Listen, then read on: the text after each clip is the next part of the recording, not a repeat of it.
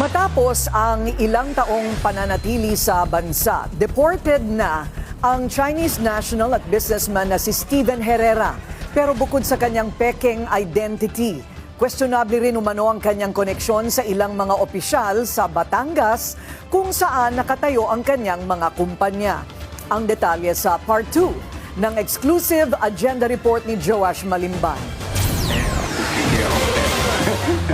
Sa Facebook Live video na ito na posted noong February 1, 2024, kita si former Duterte and senatorial aspirant Raul Lambino kasama ang ilang matataas na miyembro ng Chinese Communist Party at malalaking Chinese businessman. Sinabi rito ni Attorney Lambino na nasa Fujian, China siya para sa aniyay Business and Economic Deals bilang Chairman and President ng Association for Philippines-China Understanding Incorporated o APCU.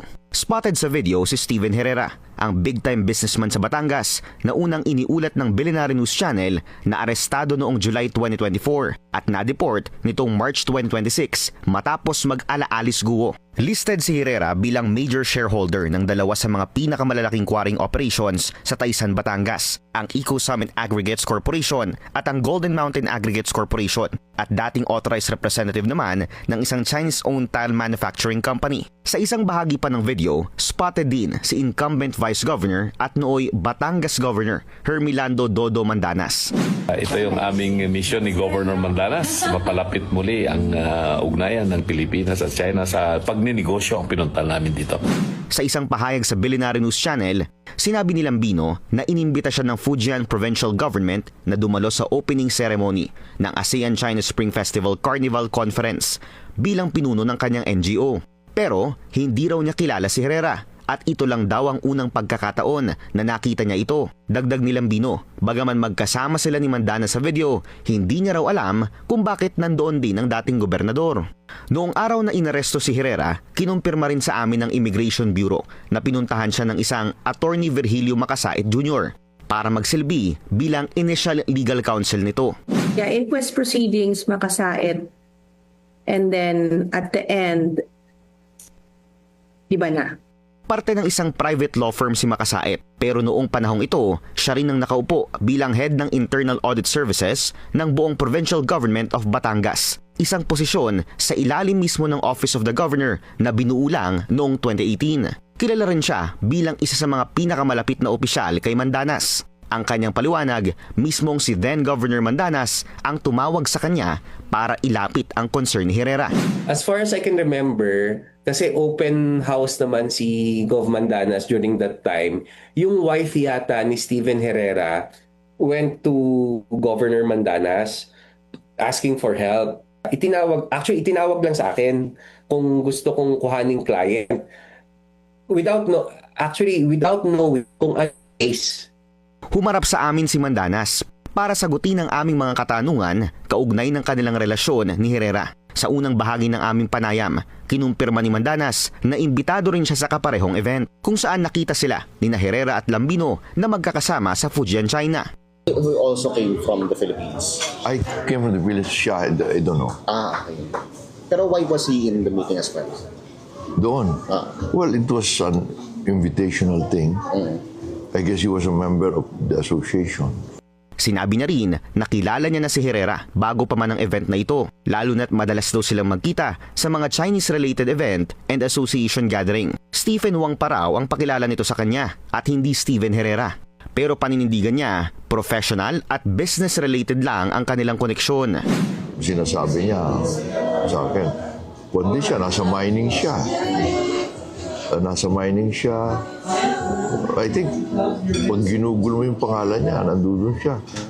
May investment siya sa mga naka-listed sa market. Pero tila inconsistent ang naging pahayag ni Mandanas patungkol sa legal proceedings ni Herrera. Sa unang statement sa amin, sinabi niya na sa amin niya lang nalaman na nakalabas na ng bansa si Herrera dahil no contact na raw siya rito at sa kanyang asawa matapos ang nangyaring pag-aresto. As a matter of fact, hindi ko alam na nakalabas na pala. Hindi ko. So wala po kayong balita na dun sa wife niya rin ngayon? No, hindi ko alam. Pero sa latter part ng aming interview, inamin niyang nakakausap niya si Herrera habang nakadetain ito sa BI. Bawal ito ayon sa immigration dahil pamilya Embassy at legal counsel lang daw ang pwedeng makausap ng isang foreign detainee. Okay. Ano pong napag-uusapan niya usually pag ano? Sabi ko, nasa loob ko pa ba? Nasa loob pa daw siya. Pero lagi naman yung nilalabig. Lalabas na. Hindi ko alam na nakalabas na pala siya. Nung isang tumawag from China siguro. Ako, nasan ka? Nandito na ako sa China. Sa pagkikwento pa ni Mandanas, isa raw si Herrera sa mga naglalapit sa kanya sa mga Tsino na nais magnegosyo sa bansa, partikular na sa Batangas. Kilala ang huling gubernatorial administration ni Mandanas sa maraming partnerships at foreign investments na nakuha nito mula sa China.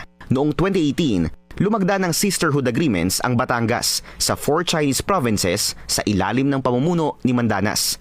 Mayroon din siyang sariling Chinese name na Wan Yonggao, ayon sa Chinese media articles.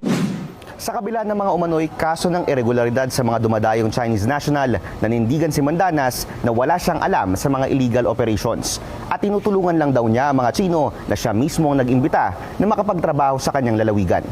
Para sa Agenda, Joash Malimban, Billionaire News Channel. Naglabas naman ng pahayag ang legal counsel ng Time Ceramics Philippines kaugnay ng naunang ulat ng Billionaire News Channel. Paglilinaw ng kumpanya, pinutol na nila ang lahat ng kanilang koneksyon kay Steven Herrera. Nagsilbi lamang daw itong local representative at translator sa mga panahon na inaayos pa ang mga kailangang permit at dokumento. Siniguro rin ng Time Ceramics na dokumentado ang lahat ng kanilang empleyado. Manatiling nakatutok sa Billionaire News Channel. Sumubaybay sa aming social media accounts at mag-subscribe sa aming YouTube channel para sa mga bago at eksklusibong balita.